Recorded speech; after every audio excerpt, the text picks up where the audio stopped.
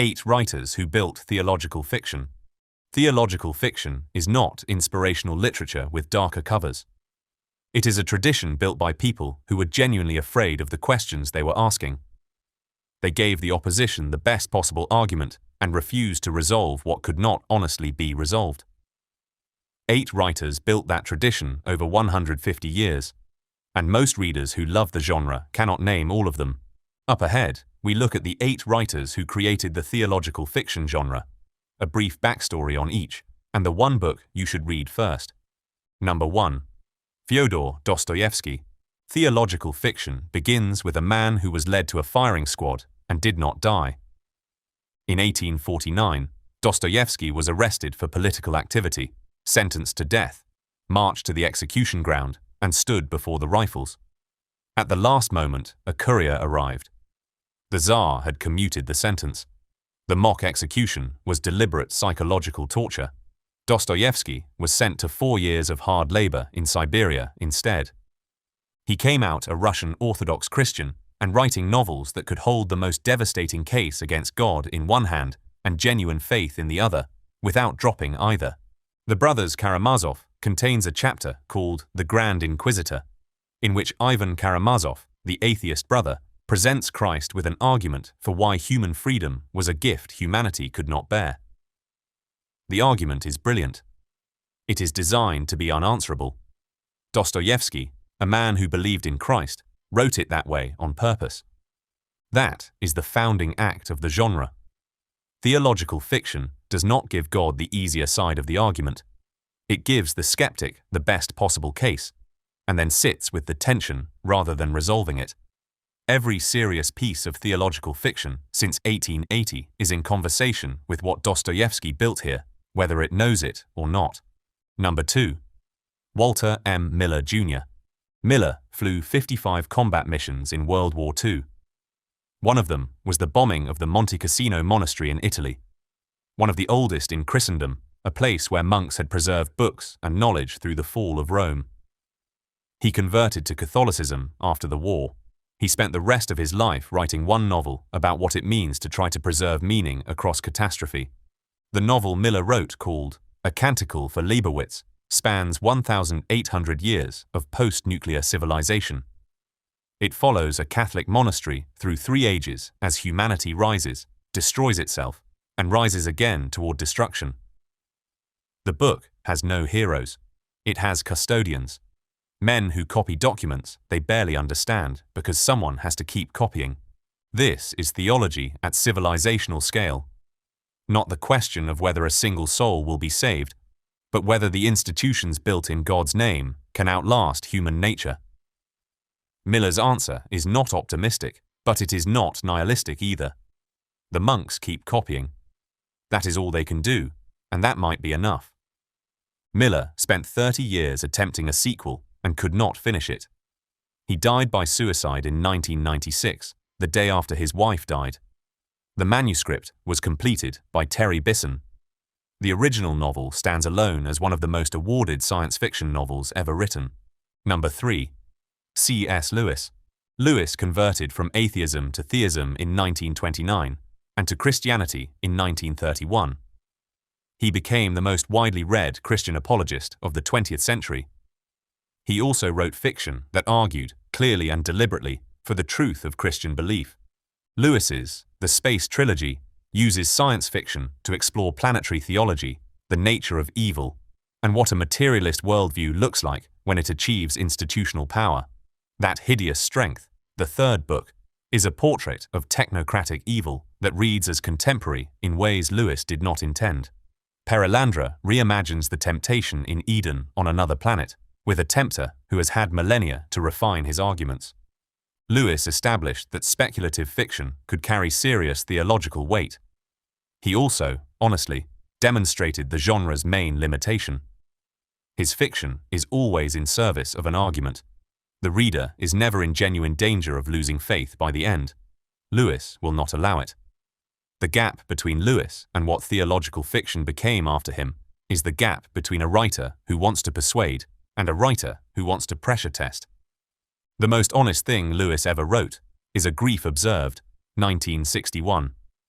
the journal he kept after his wife Joy Davidman died of cancer. In it, he describes God as a door slamming in his face, the silence of heaven as something that could be mistaken for contempt. Published under a pseudonym, it is far more relevant to the theological horror tradition than anything in the Space Trilogy. 4. Flannery O'Connor.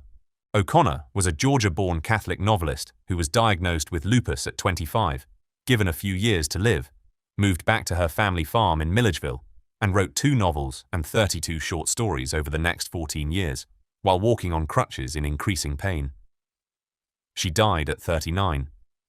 Every one of those stories is violent, grotesque, darkly comic, and saturated with grace. Wise Blood follows Hazel Motes, a man whose entire identity is built around escaping Christ, who nonetheless cannot stop thinking about Christ, preaching against Christ, running from Christ. He founds the church without Christ. He blinds himself with quicklime. Grace, in O'Connor's fiction, is not comfort. It is disruption and doesn't arrive gently. O'Connor believed that for a nearly blind secular audience, the writer of theological fiction had to make spiritual reality visible through shock. She wrote, "To the hard of hearing you shout, and for the nearly blind you draw large and startling figures." She called grace the action of the Holy Ghost, and said it usually looks terrible from the outside. The grotesque physicality of her fiction, the wooden leg, the peacock, the artificial eye, cannot be separated from her daily experience of a body failing. She did not write around illness. She wrote through it. O'Connor is the direct ancestor of theological horror. She proved that the most theologically interesting character is often the one who most fiercely resists God. She also proved that spiritual reality does not need to be depicted literally to be felt. Number 5. Charles Williams. Williams was the least read member of the Inklings, the Oxford group that included Lewis and Tolkien, and arguably the most theologically strange. He wrote 7 supernatural thrillers, which he called spiritual shockers, in which sacred and occult power operate as actual forces in contemporary London. Not metaphors, mechanics. Descent into Hell deals with self-love and damnation. The Place of the Lion materializes Platonic archetypes into physical reality. The Greater Trumps makes the tarot into a genuine cosmological system. Williams was an Anglican with deep involvement in esoteric Christianity, and his theology of co-inherence, the idea that human beings can literally bear one another's burdens, not just spiritually, but causally, runs through all his work as a structural principle.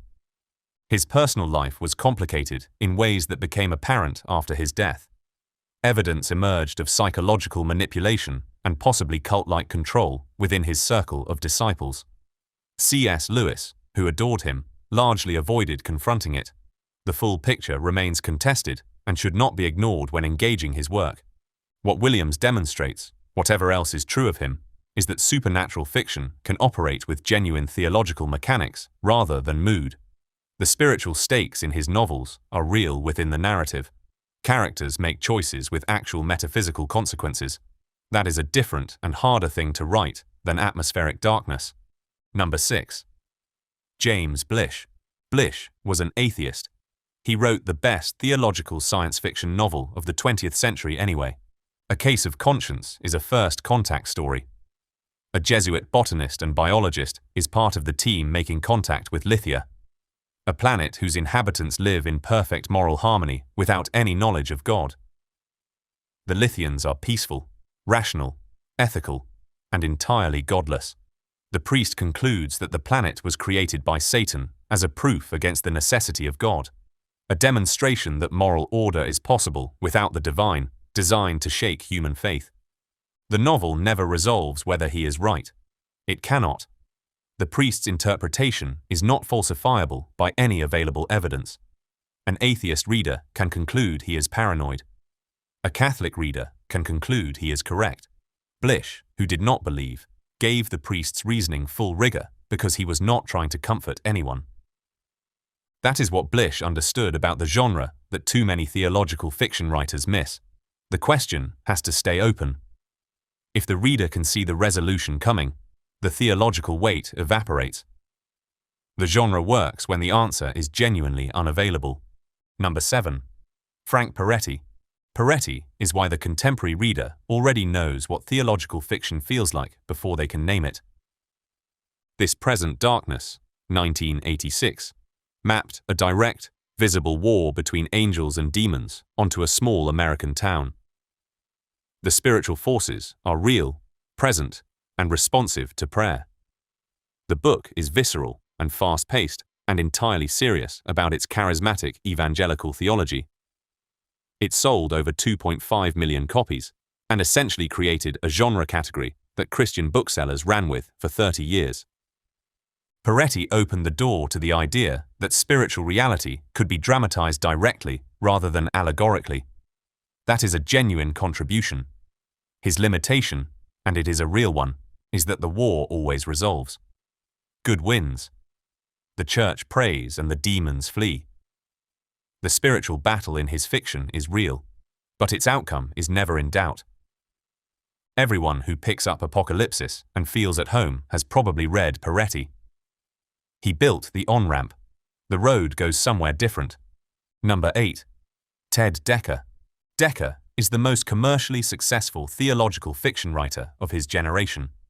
Born to missionary parents in Indonesia, raised among a tribal community in the jungle, returned to America as a teenager with profound culture shock, he has written over 40 novels and hit the New York Times bestseller list multiple times. His Circle series, 4 novels running a dual-world narrative as an extended gospel allegory, proved that theological fiction could hit mainstream thriller pacing without losing its theological weight. He is the bridge between the Christian bookstore audience and readers who want genuine narrative tension. His characters experience real doubt and despair. The darkness in his fiction is not decorative, but the allegory is always legible.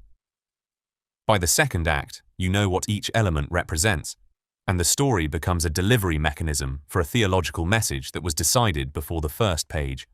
His later work drifted toward a more mystical, experiential Christianity that alienated some of his evangelical readers and attracted others. He remains active and prolific. His influence on the generation of Christian thriller writers who followed him is substantial. What the theological fiction tradition built. These 8 writers traced the development of a specific set of commitments that now define the genre at its best. Fyodor Dostoevsky established that faith is most interesting under maximum pressure, and that the case against God deserves the best possible articulation. Walter M. Miller, Jr. established that theological fiction can operate at civilizational scale, asking not whether a soul will be saved, but whether meaning can survive history. C.S. Lewis established that speculative fiction is a legitimate vehicle for serious theological argument, even as his fiction remained too comfortable to reach the genre's full potential. Flannery O'Connor established that spiritual reality can arrive as violence and grotesquerie, that grace looks terrible from the outside, that the resistor is often the most theologically alive character in the room. Charles Williams established that the supernatural can function as actual narrative mechanics rather than atmosphere. James Blish established that the theological question must stay genuinely open to carry weight, and proved that you do not have to believe the theology to write it with full rigor. Frank Peretti established that theological fiction could reach a mass audience and made the spiritual war feel immediate and real, even if he resolved it too cleanly. Ted Dekker established that the genre could move at thriller speed without losing its theological core, even if the meaning remained too pre-resolved. Apokalypsis Magazine publishes in the space these writers collectively cleared. The spiritual stakes are real, but the outcome is not guaranteed. The question stays open, and the darkness is a theological lens.